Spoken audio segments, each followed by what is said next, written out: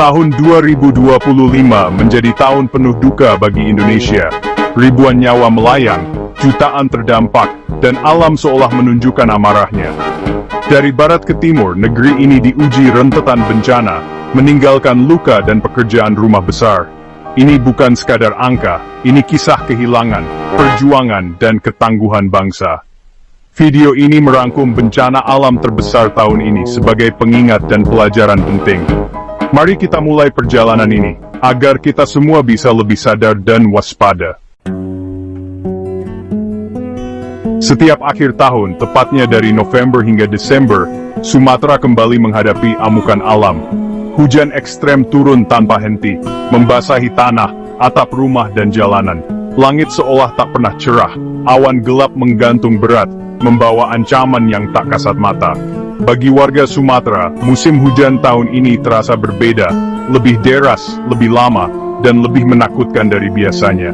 Air bah datang tiba-tiba, menyapu pemukiman, merendam lahan pertanian, dan memutus akses jalan utama. Rumah-rumah yang tadinya kokoh, kini terendam hingga atap. Jalan-jalan yang biasa dilalui, kini berubah menjadi sungai deras yang tak bisa diseberangi.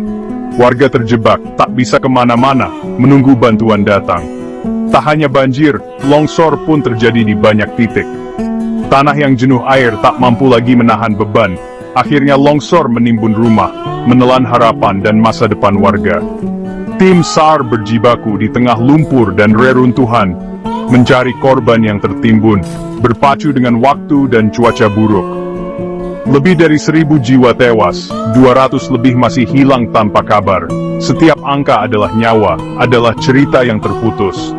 Di balik statistik itu, ada keluarga yang menanti kepastian, ada tangis yang tak terdengar kamera.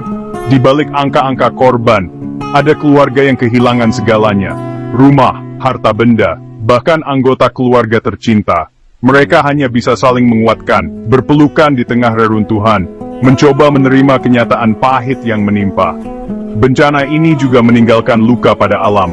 Hutan yang dulu hijau kini gundul, sungai-sungai berubah keruh berlumpur, lahan pertanian yang subur tertutup lumpur tebal. Ekosistem rusak, rantai kehidupan terputus, dan masa depan petani pun suram.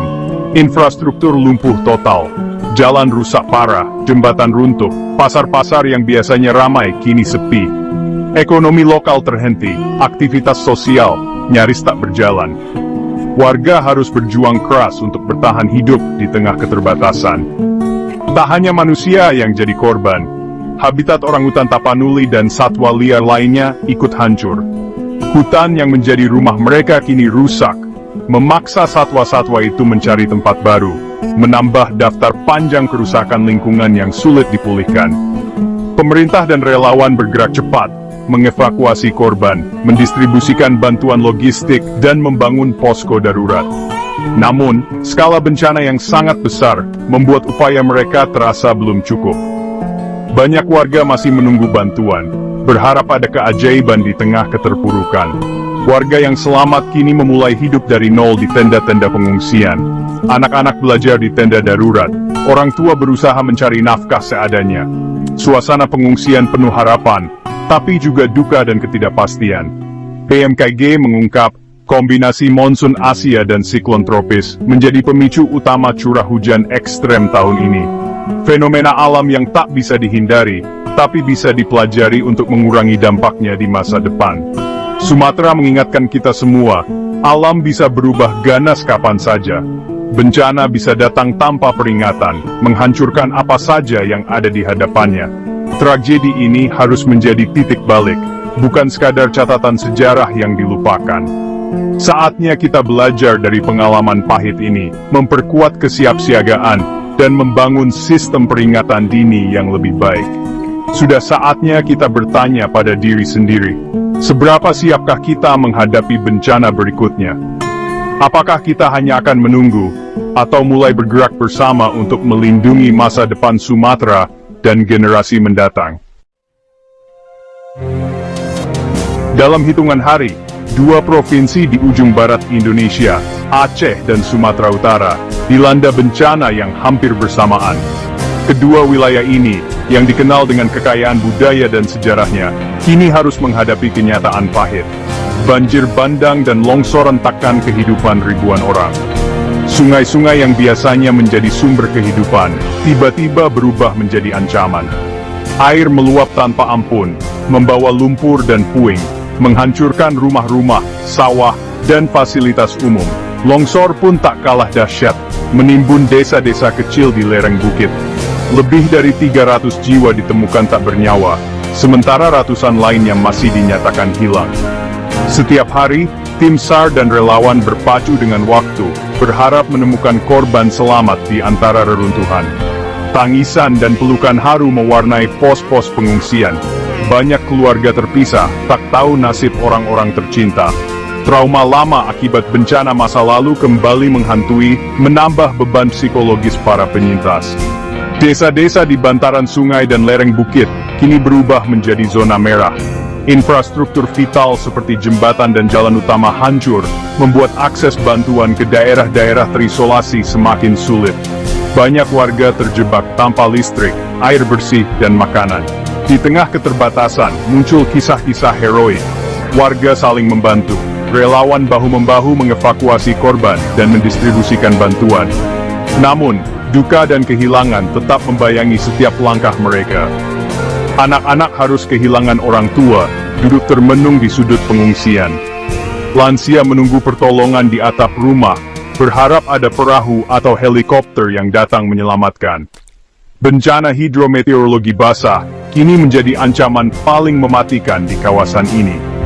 Curah hujan ekstrem yang melampaui rata-rata tahunan, membuktikan peringatan para ilmuwan tentang dampak perubahan iklim bukan sekadar wacana, melainkan kenyataan pahit yang harus dihadapi bersama. Pemerintah dan aparat berjuang keras menyalurkan bantuan, namun tantangan logistik sangat berat.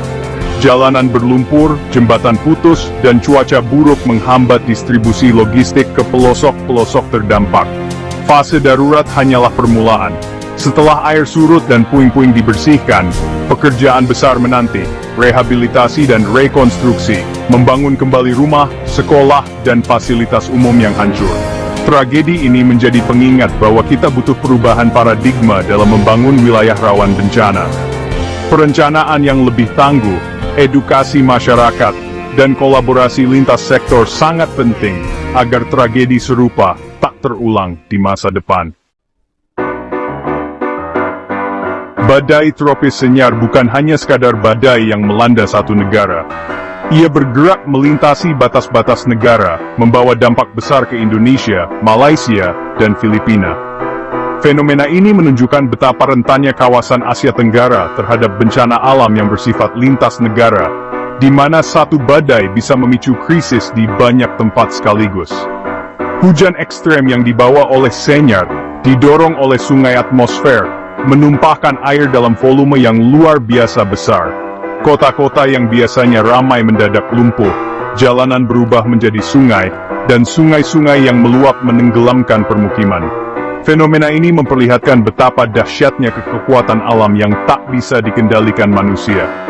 Lebih dari 600 orang kehilangan nyawa di Asia Tenggara, dengan ratusan korban berasal dari Indonesia.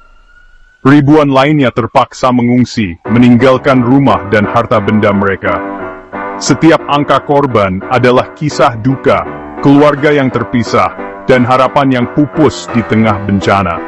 Badai lintas batas ini benar-benar menguji sistem peringatan dini dan koordinasi regional.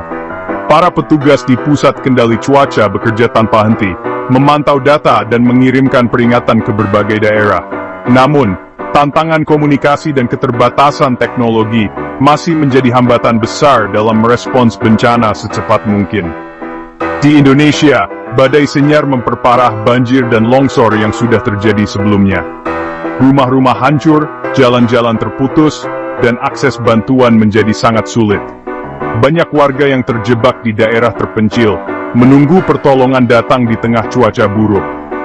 Para pengungsi harus dievakuasi ulang, bahkan beberapa kali, karena lokasi pengungsian pun ikut terendam banjir. Keputusasaan dan kelelahan makin terasa, terutama bagi anak-anak dan lansia yang rentan. Mereka harus bertahan hidup di tenda-tenda darurat, dengan persediaan makanan dan air bersih yang terbatas.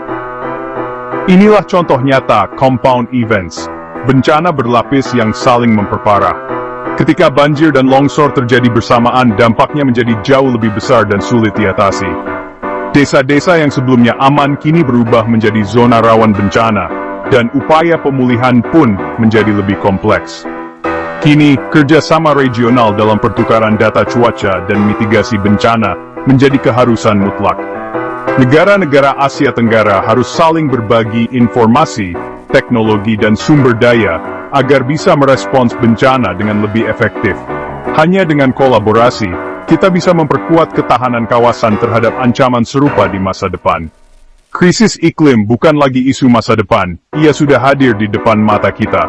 Banjir, kekeringan, dan kebakaran hutan kini terjadi lebih sering dan lebih parah. Setiap bencana adalah peringatan bahwa perubahan iklim nyata dan mengancam kehidupan jutaan orang. Angka korban yang terus bertambah menjadi alarm keras bagi kita semua. Sudah saatnya bertindak lebih serius membangun ketahanan iklim, memperkuat sistem peringatan dini, dan mempererat solidaritas lintas negara. Masa depan Asia Tenggara bergantung pada langkah-langkah nyata yang kita ambil hari ini. Di tengah bencana hidrometeorologi, Gunung Semeru di Jawa Timur kembali erupsi. Status dinaikkan ke siaga, ribuan warga dievakuasi dari zona merah.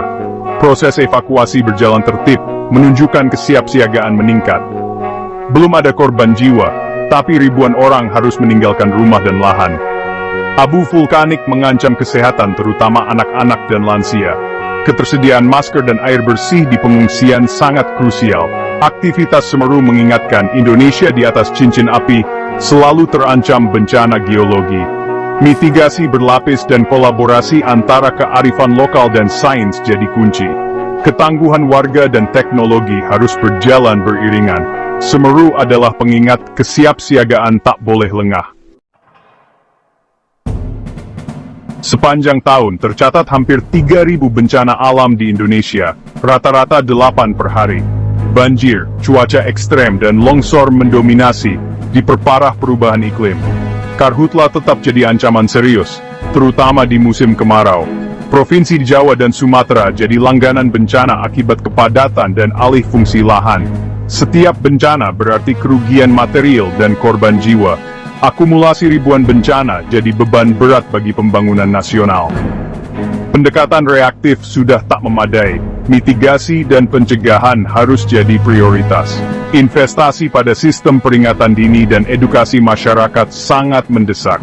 Tahun ini adalah sinyal darurat iklim dan lingkungan. Saatnya kita mulai menghitung bencana yang berhasil dicegah, bukan hanya yang terjadi. Catatan kelam bencana tahun ini adalah cermin besar bagi bangsa kita. Bencana adalah keniscayaan, tapi jumlah korban bukan takdir. Itu soal kesiapsiagaan bersama. Semoga kita semua bisa mengambil pelajaran dan meningkatkan kesiapan menghadapi bencana.